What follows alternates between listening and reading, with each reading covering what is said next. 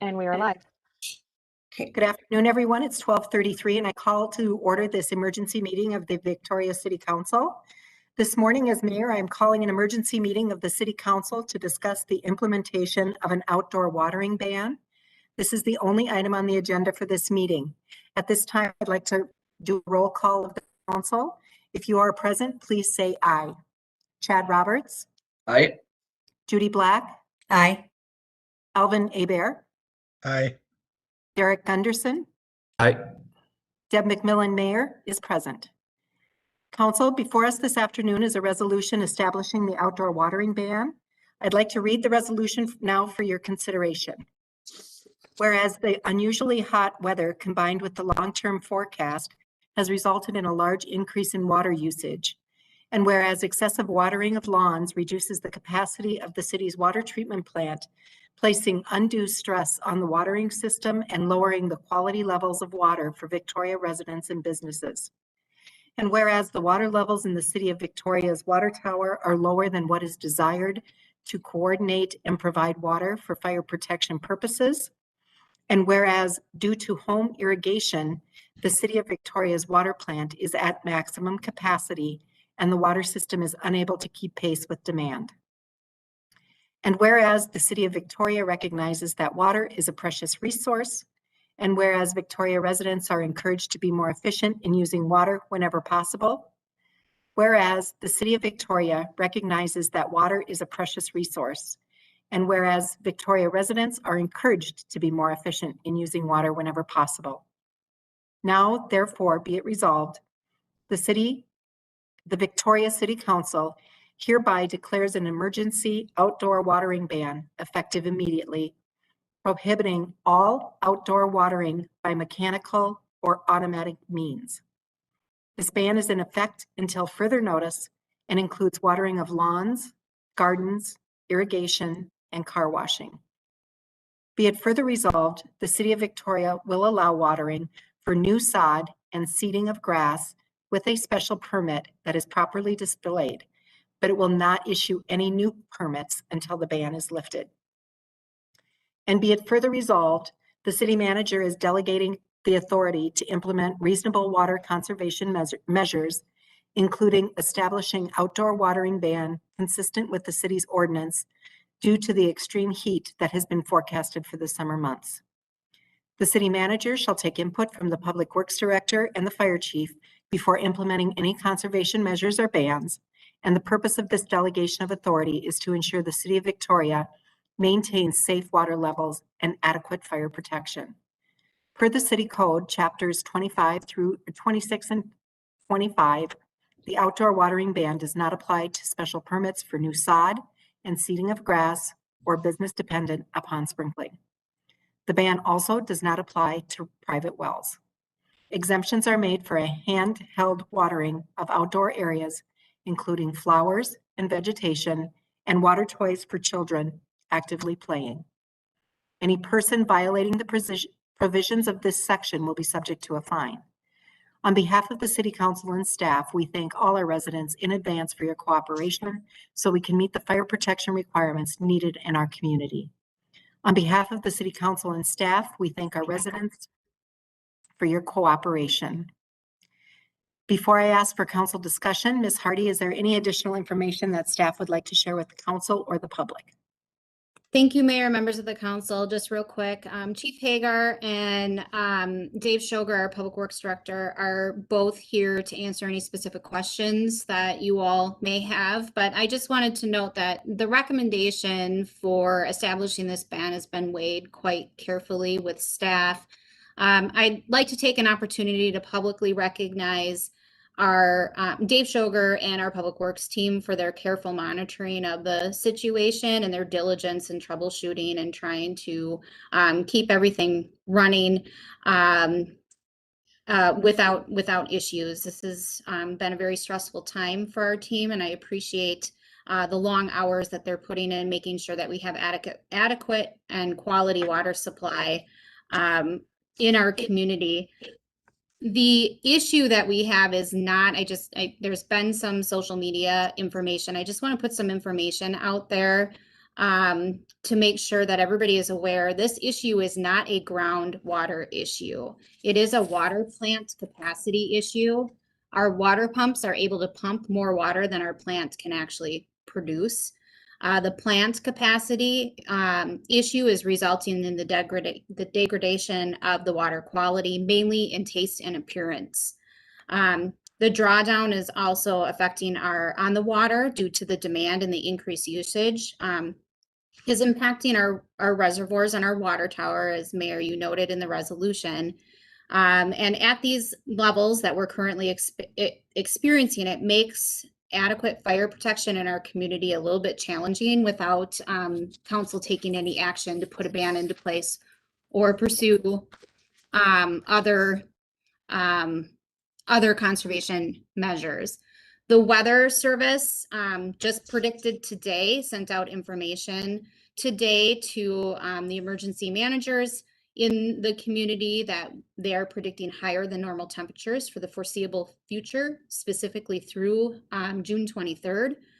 Our water conservation efforts mainly have been through our May through September watering restrictions, which has been an ordinance that's been in place for a number of years. I believe that was established in 1998 and last revised in 2014, if I'm not mistaken. We have been proactively putting information out, asking residents for their cooperation and water restrictions. It just hasn't been enough. There has not been enough people abiding by those restrictions to keep our plant operating without putting stress on our water system. So the action here that we're asking council to take by resolution today is really to ensure not only water quality, but it's really to ensure that we have adequate fire protection in our community. And with that, Dave, Public Works Director, and Chief Hager are here to answer any other specific questions that you all may have. Thank you very much, Dana. Council, questions? I don't have any. Maybe Deb, you want to roll call that if they have any questions, just go down the line of that. It'd be Okay. easier having people. All right, thank you, Cindy. All right, Judy says no questions. Derek, questions for you? Questions, things that we got to think about are for future meetings related to fines for how we manage violations and citations. I currently don't think that what we have in place has enough teeth to make anybody actually abide by this. So if we can do something in another meeting, but I want to make sure that we actually are able to address what we're trying to address. And if Dave and the chief think that this is going to be enough, do we actually have ability to enforce what we're doing?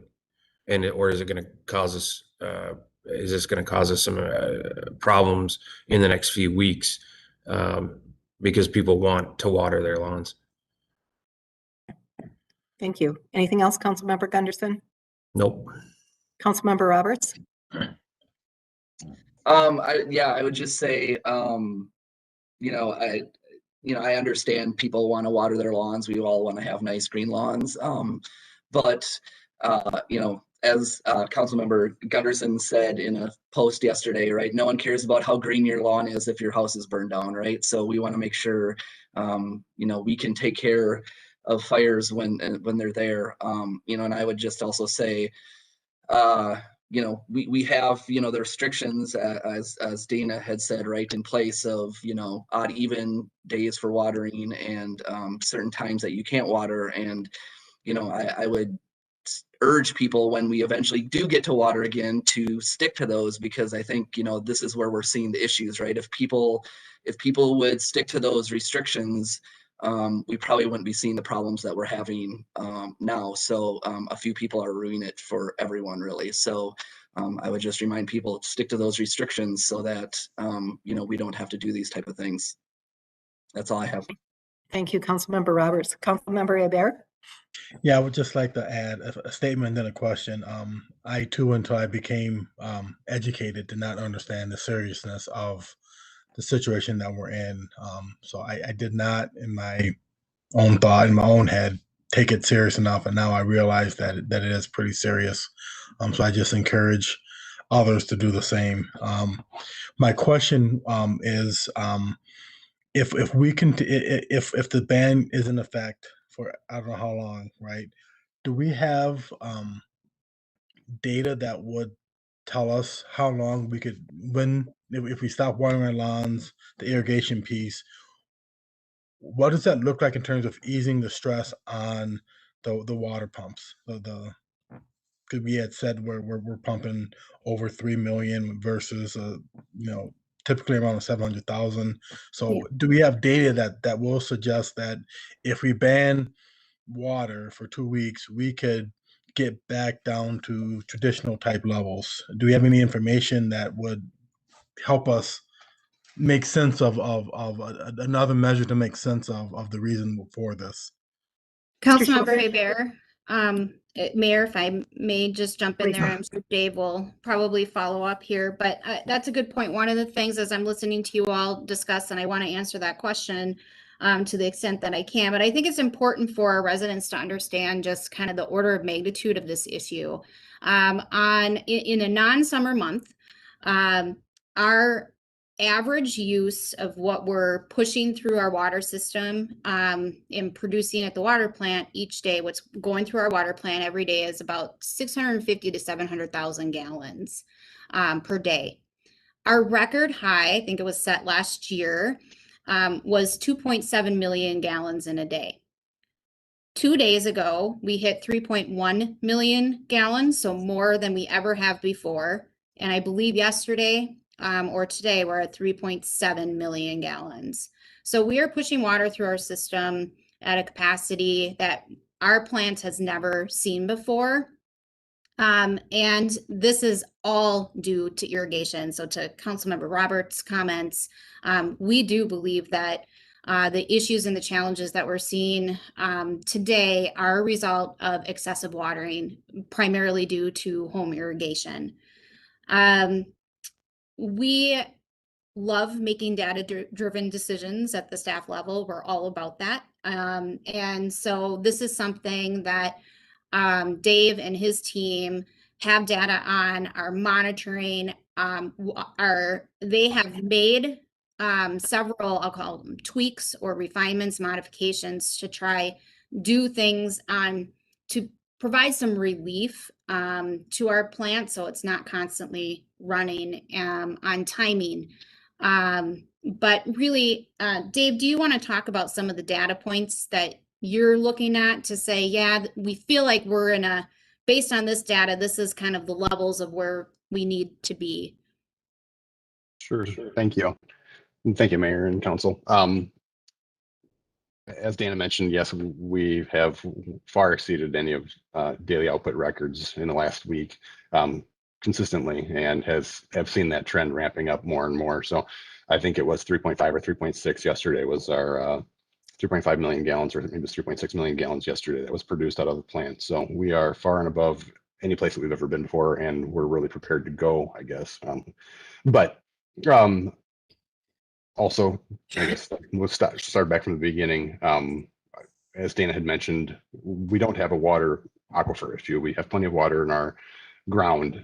All of our drawdown sensors are showing that the water incoming into our production wells is very sufficient. We're not seeing any undue stress there. The real problem has just been the quantity of water leaving the plant at the same time. So when those irrigation systems, private typically irrigation systems, are turning on, they're all turning on about the same time. So if you can imagine everybody in town flushing a toilet at the exact same time, I mean, that's a lot of water to leave. And you're talking about not just a half-inch water line, you're talking about an 1.5 inch water line typically in a irrigation system, or an inch water line in an irrigation system. So that is a huge amount of volume, all leaving every resident, well, not every, but a majority of the residents at the same time. And it just is putting us in a position where our capacity to have water in our water tower and in our ground reservoirs, it's put a huge amount of stress on those systems. So providing us with any cushion for fire suppression, if we had to, it would just make that much more challenging and put us in a position where we're not going to be very secure in knowing that we have the ability to do that. So the question was made, going forward, do we have any belief or suggestion that we should be able to maintain a watering system for our residents? And I believe that if we had better compliance with our watering restrictions that we've got in our ordinance, I think that we would have plenty of capacity to provide that. I think the real issue has been that we've got people watering every day, multiple times a day, and at the wrong periods of day. That has just put this strain on our system. So obviously the weather has played a huge part in this, and with this long, hot, dry spell, everybody's watering longer and harder than they ever have before, trying to keep their grass green. So the end answer is yes. I believe that we have the capacity to be able to allow people to water their yards as long as it's managed well, and as long as we have compliance and we have people that understand that that inch to inch and a half a week of water in their yard is sufficient. So whatever that takes to get there is probably the right amount for their yard typically. But there are a lot of variables: soil conditions, soil qualities, and the plants that are growing in those irrigated areas. So I do believe, though, that we do have capacity in our system to be able to provide appropriate fire suppression, as well as clean drinking water, as well as irrigation to our residents, as long as our compliance is there. But it's just not there right now, and that's why this emergency ban has been requested, and I believe that it's the right direction. Mayor, members of the council, if I could just add one brief comment. There was council member Gunderson asked about fines and made a comment about just kind of our fine structure and our ability to have some meat behind what we're doing. I just wanted to give you a sense. We were out because we knew this issue was coming, right? Have been monitoring our levels. And our public works team was out issuing citations the last few days. Just in the last 2 days, we're pushing just over 100 citations, and we did not hit all areas of our city.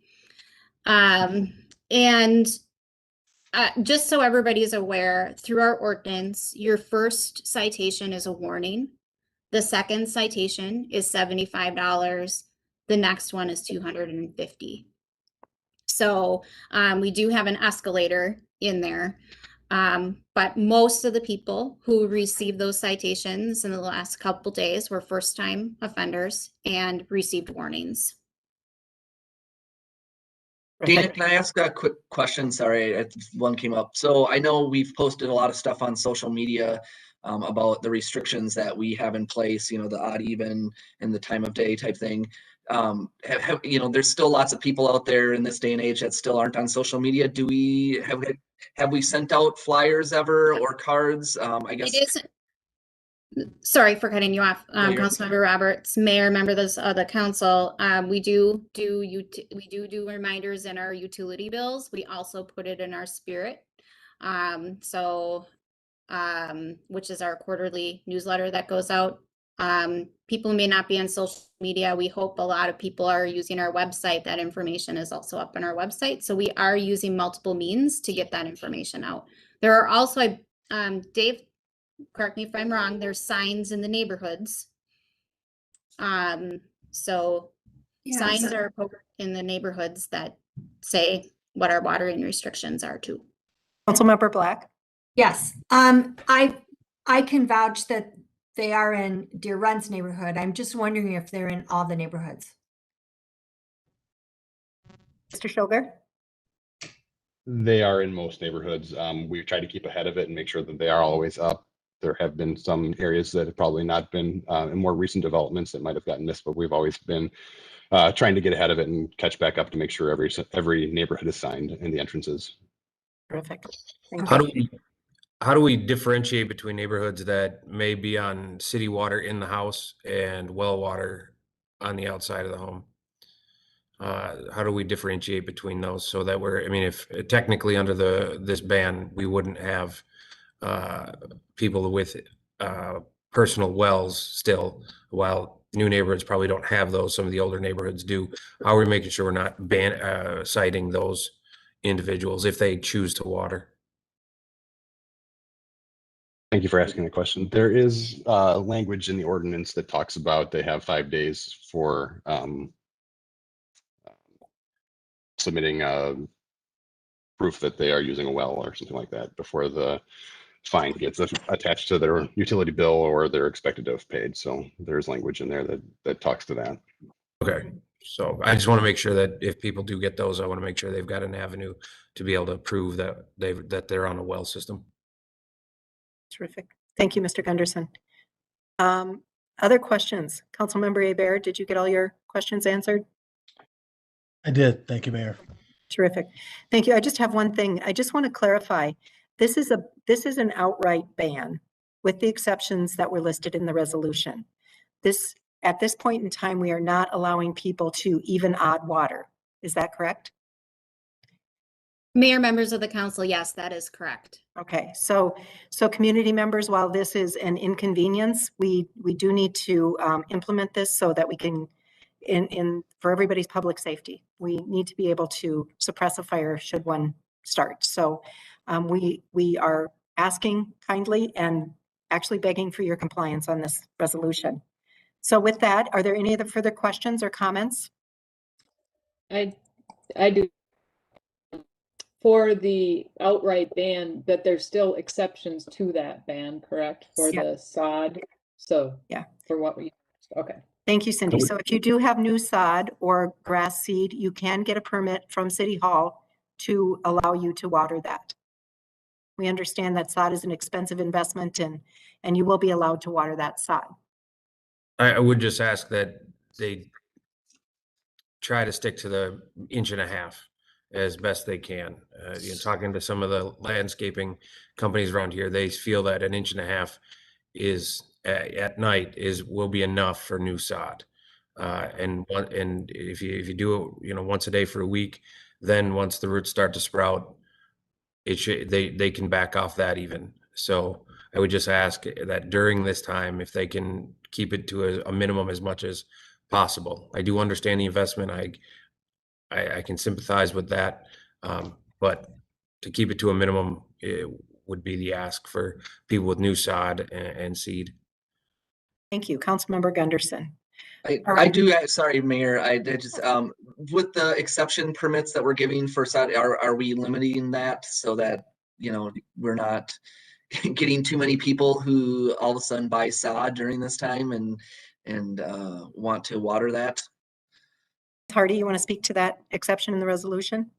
Councilmember Roberts, Mayor, members of the council, yes. The resolution does have a statement, a whereas clause that says no new permits will be issued. We do understand that sod has a long lead time, so you generally don't pull that permit until you know when it's arriving. So we do know of some cases in a couple of the newer developments that sod was ordered last fall and delivery is expected in the next 2 weeks, and some of the conversations that we've had with those builders. And so we do have a tool and a mechanism in our ordinance for staff to review and make that judgment call. Thank you. Any other questions, council? Any final comments from staff? With that, because we are meeting virtually, I'm going to, we'll need a roll call vote. So before making a motion or a second, please state your name. So I will ask now for a motion to adopt the resolution establishing the outdoor watering ban. This is Derek. I'll second or make the motion. Thank you, Councilmember Gunderson. Is there a second? Chad Roberts will make a second. Thank you, Councilmember Roberts. I'll take a roll call vote now. Councilmember Black? Yes. Councilmember Gunderson? Yes. Councilmember Hebert? Yes. Councilmember Roberts? Yes. Mayor votes yes. Thank you for all of your help on this. And again, thank you to the public for your compliance with this watering ban. Members of the council, there are no more items to come before the body. Again, make a motion or a second. Please state your name. Can I have a motion to adjourn? I make a motion to adjourn. This is Judy. Thank you. Can I have a Motion second? second, Alvin Hebert. Thank you, Alvin. Now I'll take a roll call vote. Councilmember Black? Yes. Councilmember Gunderson? Yes. Councilmember Hebert? Yes.